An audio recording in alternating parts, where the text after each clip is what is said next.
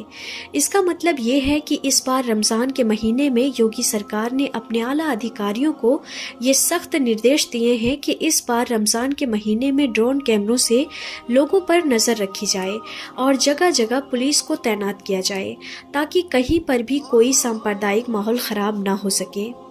اس کے ساتھ ہی جگہ جگہ پر گاڑیوں کی اور بائکوں کی چیکنگ بھی کی جائے، اور اگر کوئی پولیس کی کارروائی میں دخل اندازی کرنے کی کوشش کرے تو اس پر فوراً ہی کڑی سے کڑی کارروائی کی جائے۔ اس کے علاوہ یوگی سرکار نے اپنے بیان میں یہ بھی کہا ہے کہ اس بار رمضان کے مہینے میں کوئی بھی مسلمان مسجد کے باہر یعنی کہ سڑک پر کھڑے ہو کر نماز نہ پڑھنے پائے، یعنی کہ صرف مسجد کے اندر ہی نماز پڑھی جائے۔ اگر پہلی بار میں لوگ زیادہ ہو رہے ہیں تو 2 بار میں کر کے نماز پڑھ لی جائے، لیکن مسجد کے اندر ہی پڑھی جائے، باہر سڑکوں پر نماز نہ پڑھے۔ اس کے لیے جتنی بھی بڑی بڑی مسجدیں ہیں ان کے آگے پولیس کی تعیناتی رکھی جائے گی تاکہ کسی بھی طرح کا کوئی ماحول خراب نہ ہونے پائے۔ نمبر 4، سوشل میڈیا پر نگرانی رکھی جائے۔ ناظرین، یوگی سرکار نے اس بار رمضان کے مہینے میں اپنے اعلیٰ ادھیکاریوں کے لیے چوتھا فرمان یہ جاری کیا ہے کہ وہ اس بار رمضان کے مہینے میں سوشل میڈیا پر 24 گھنٹے خاص نگرانی رکھیں۔ کوئی بھی رمضان کے مہینے میں سوشل میڈیا کے ذریعے سے کسی بھی طرح کی کوئی افواہ نہ پھیلانے پائے، یعنی کہ کوئی بھی سوشل میڈیا پر کسی بھی طرح کی کوئی آپتی جنک پوسٹ نہ کرنے پائے، اور خاص کر کے 14 مارچ کے دن اس بات کا خاص دھیان رکھا جائے کیونکہ اس دن ہندوؤں کا بڑا تہوار ہولی ہے اور مسلمانوں کی رمضان کا جمعہ بھی ہے۔ اسی لیے اس بار کوئی بھی سوشل میڈیا پر غلط پوسٹ ڈالتا ہے، افواہ پھیلاتا ہے تو اس پر کڑی سے کڑی کارروائی کی جائے۔ اور یہی نہیں، اس کے علاوہ یوگی سرکار نے اپنے اعلیٰ ادھیکاریوں کو یہ بھی سخت نردیش دیے ہیں کہ جو لوگ بھڑکاؤ بیان دیتے ہیں، ایسے شرارتی تتووں کے ساتھ زیرو ٹالرنس کی تتووں کو اپنائی جائے، ایسے لوگوں پر خاص نظر رکھی جائے اور پھر ان پر کڑی سے کڑی کارروائی کی جائے، اور سوشل میڈیا پر 24 گھنٹے خاص نگرانی رکھی جائے۔ کوئی بھی شخص رمضان اور ہولی کے موقع پر کوئی افواہ نہ پھیلانے پائے اور نہ ہی کوئی آپتی جنک پوسٹ کرنے پائے، یعنی کہ ماحول خراب کرنے کی کوشش کرنے والوں پر خاص نظر رکھی جائے گی اور پھر ایسے لوگوں پر کڑی سے کڑی کارروائی کی جائے گی۔ اور نمبر 5، دھرم گروؤں سے خاص اپیل بھی کی ہے۔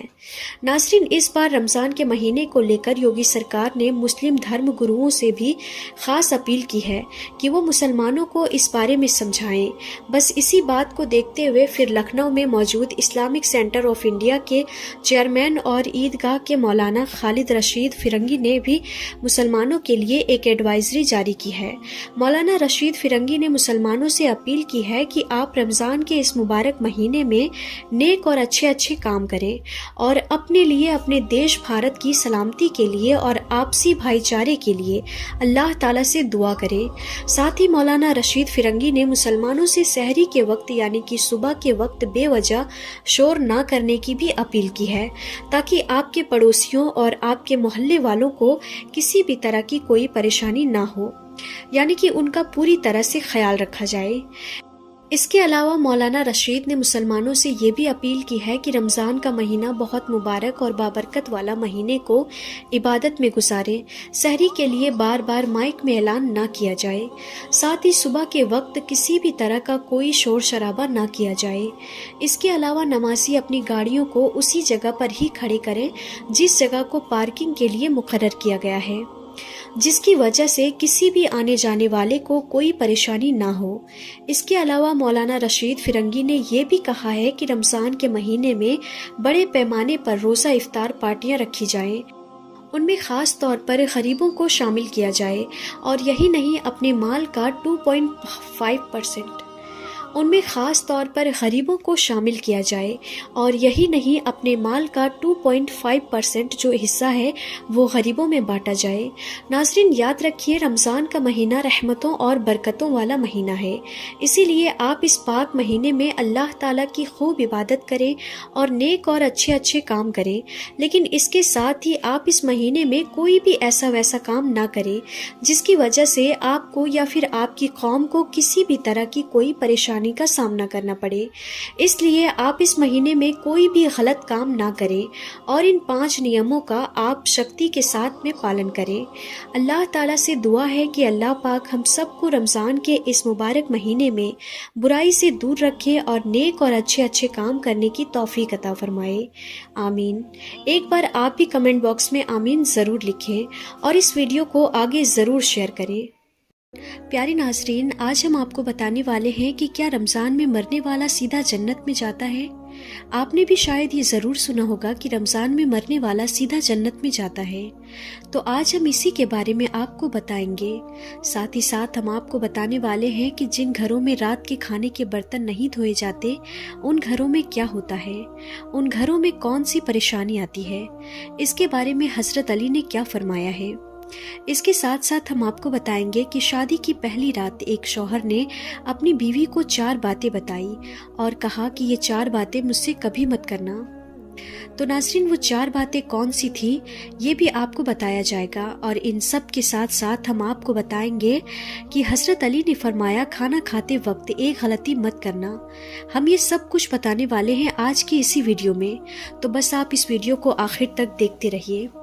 ویڈیو میں آگے بڑھنے سے پہلے میری آپ سے گزارش ہے کہ اگر آپ نے اس ویڈیو کو لائک نہیں کیا ہے تو اسے لائک کریں، اور اگر آپ نے ابھی تک ہمارے چینل کو سبسکرائب نہیں کیا ہے تو ہمارے چینل کو سبسکرائب کر دیں اور پاس میں دیے گئے بیل آئیکن پر بھی ضرور کلک کر دیں تاکہ ہماری ہر آنے والی ویڈیو کی نوٹیفیکیشن آپ تک پہنچتی رہے۔ تو چلیے ناظرین، ویڈیو کو شروع کرتے ہیں۔ ناظرین، اکثر لوگوں کے ذہن میں ایک سوال آتا ہے کہ کیا رمضان میں مرنے والا سیدھا جنت میں جاتا ہے اور اسے عذاب قبر نہیں ہوتا؟ تو ناظرین، یہ بات سچ ہے کہ جو رمضان میں انتقال کر جائے، جس کی موت رمضان میں ہو جائے، اس سے قبر کا حساب کتاب بھی نہیں ہوگا اور اللہ پاک میدان محشر میں اس کے ساتھ بہت آسانی فرمائے گا، گویا کہ اس کے جنت میں جانے کے لیے اہتمام خود اللہ پاک کی طرف سے ہو جاتا ہے۔ حضرت عبداللہ بن مسعود سے روایت ہے کہ رسول اللہ صلی اللہ تعالیٰ علیہ وسلم کا فرمان ہے کہ جس کو رمضان کے وقت موت آئی وہ جنت میں داخل ہوگا، اور جس کی موت یوم عرفہ یعنی 9 ذی الحجہ کے وقت آئی وہ بھی جنت میں داخل ہوگا، اور جس کی موت صدقہ دینے کی حالت میں آئی وہ بھی جنت میں داخل ہوگا۔ حضرت انس بن مالک سے روایت ہے کہ ماہ رمضان میں مردوں سے عذاب قبر اٹھا لیا جاتا ہے۔ اسی طرح حضرت عائشہ صدیقہ رضی اللہ تعالی عنہا سے روایت ہے کہ رسول اللہ صلی اللہ تعالی علیہ وسلم نے فرمایا، روزے کی حالت میں جس کا انتقال ہوا اللہ اس کو قیامت تک روزوں کا ثواب عطا فرمائے گا۔ تو ناظرین، جو رمضان میں انتقال کر جاتا ہے، اگر وہ اپنا ایمان بچا کر لے گیا ہے، دین اسلام پر اس کی موت ہوئی ہے، وہ مسلمان مرا ہے، ایمان کی حالت میں مرا ہے، تو اس سے قبر کا حساب کتاب بھی نہیں ہوگا اور اللہ پاک میدان محشر میں اس کے ساتھ بہت آسانی فرمائے گا، گویا کہ اس کے جنت میں جانے کے لیے اہتمام خود اللہ پاک کی طرف سے ہو جاتا ہے۔ حضرت انس بن مالک فرماتے ہیں کہ میں نے رسول اللہ صلی اللہ تعالیٰ علیہ وسلم کو فرماتے ہوئے سنا کہ رمضان تمہارے پاس آ گیا ہے، اس میں جنت کے دروازے کھول دیے جاتے ہیں اور جہنم کے دروازے بند کر دیے جاتے ہیں اور شیاطین کو قید کر دیا جاتا ہے۔ محروم ہے وہ شخص جس نے رمضان کو پایا اور اس کی مغفرت نہ ہوئی۔ جب اس کی رمضان میں مغفرت نہ ہوئی تو پھر کب ہوگی؟ تو ناظرین، اب ہم آپ کو بتاتے ہیں کہ حضرت علی نے فرمایا کھانا کھاتے وقت ایک غلطی مت کرنا۔ اس کے بعد ہم آپ کو بتائیں گے کہ شادی کی رات ایک شوہر نے اپنی بیوی کو 4 باتیں بتائی۔ حضرت علی کے پاس ایک شخص آ کر پوچھنے لگا، یا علی، میں باتوں کو بھول جاتا ہوں، میری یادداشت کمزور ہے اور دن بدن میرا دماغ کمزور ہوتا جا رہا ہے۔ بس جیسے ہی یہ پوچھا گیا تو حضرت امام علی نے فرمایا، اے بندے خدا، تمہارا چہرہ یہ بتا رہا ہے کہ تم گرم گرم کھانا جلدی جلدی کھاتے ہو۔ یاد رکھنا، جو انسان گرم گرم کھانا جلدی جلدی میں کھاتا ہے تو اس کا دماغ کمزور ہو جاتا ہے اور جسمانی بیماریاں وجود پر اختیار رکھتی ہیں، اور یوں وہ باتوں کو بھولنا شروع ہو جاتا ہے۔ تو وہ شخص پوچھنے لگا، یا علی، میں کس طرح سے کھانا کھاؤں جس سے میرے دماغ اور جسم کو صحیح فائدہ ملے؟ تو حضرت امام علی نے فرمایا، کھانا کھانے سے پہلے اللہ کا نام لے کر کھایا کرو، کھانا بیٹھ کر کھایا کرو، سیدھے ہاتھ سے کھایا کرو، اور کھانا ٹھنڈا کر کے چھوٹے چھوٹے نوالے توڑ کر منہ میں ڈالا کرو اور خوب چبایا کرو۔ اور کھانا کھانے کے فوراً بعد پیٹ بھر کر پانی نہ پیو۔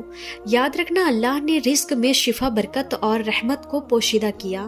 جو انسان صحیح طرح سے کھانا کھاتا ہے اور کھانے کے بعد اللہ کا شکر ادا کرتا ہے تو وہ کھانا اس کے جسم کے لیے شفا بھی بن جاتا ہے، دوا بھی بن جاتا ہے اور برکت اور رحمت کی ضمانت بھی بن جاتا ہے۔ تو ناظرین، اب ہم آپ کو بتاتے ہیں کہ شادی کی پہلی رات شوہر نے اپنی بیوی کو 4 باتیں بتائی۔ ایک شوہر نے پہلی ہی ملاقات میں اپنی بیوی کو یہ نصیحت کی کہ میری زندگی میں آئی ہو تو ان 4 باتوں کا خیال ہمیشہ رکھنا۔ نمبر 1، مجھے آپ سے محبت ہے اس لیے میں نے آپ سے شادی کی۔ اگر تم مجھے پسند نہیں ہوتی تو میں نکاح کے ذریعے تمہیں اپنے گھر میں نہیں لاتا، اور میں ایک انسان ہوں، فرشتہ نہیں۔ اگر مجھ سے کبھی کوئی غلطی ہو جائے تو صبر کر لینا اور چھوٹی موٹی باتوں کو نظر انداز کر دینا۔ نمبر 2، مجھے ڈھول کی طرح نہ بجانا۔ بیوی نے پوچھا اس کا کیا مطلب ہے؟ تو شوہر نے کہا کہ اگر میں غصے میں ہوں تو مجھے اس وقت کوئی جواب نہیں دینا۔ ناظرین، اگر مرد غصے میں ہو اور عورت نظر انداز کر جائے یا پھر عورت غصے میں ہو تو مرد نظر انداز کر جائے تو یہی بہتر ہے۔ دونوں کا ایک وقت میں غصہ کرنا ایسے ہے جیسے ایک رسی کو دونوں طرف سے کھینچنا۔ اگر ایک رسی کو دونوں طرف سے کھینچا جائے تو رسی ٹوٹ جائے گی، اور اگر ایک طرف سے رسی کو ڈھیلا چھوڑ دیا جائے تو رسی نہیں ٹوٹے گی۔ نمبر 3، مجھ سے راز کی ہر باتیں کرنا لیکن لوگوں کے گلے شکوے شکایتیں کبھی نہ کرنا۔ اور نمبر 4، دل ایک ہے، یا تو اس میں محبت رہ سکتی ہے یا تو نفرت۔ ایک وقت میں دونوں چیزیں دل میں نہیں رہ سکتی۔ اگر زندگی میں میری کبھی کوئی بات بری لگے تو اسے دل میں نہیں رکھنا۔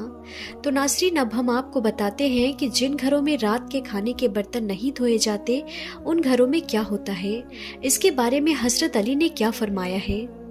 ایک مرتبہ حضرت علی کی خدمت میں ایک عورت حاضر ہو کر کہنے لگی کہ یا علی، آخر میری کون سی عادت ہے جس کی وجہ سے میرے گھر میں پریشانیاں ختم ہی نہیں ہوتی؟ تو حضرت علی نے فرمایا کہ اے عورت، تیری ایک عادت نے تجھے پریشان کر رکھا ہے۔ تو وہ عورت کہنے لگی کہ یا علی، کون سی عادت؟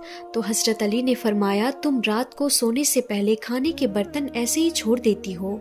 یاد رکھنا، جو انسان کھانے کے برتن صاف کیے بغیر رات کو ایسے ہی چھوڑ دیتے ہیں تو شیطانی جن میلے برتنوں کی مہک کو سونگھتے ہوئے اس گھر تک آ پہنچتے ہیں، اور یوں اس گھر کے لوگ آپس میں لڑنے جھگڑنے لگتے ہیں، نفرت کرتے ہیں، اور گھر کا سکون اور برکت ختم ہو جاتا ہے۔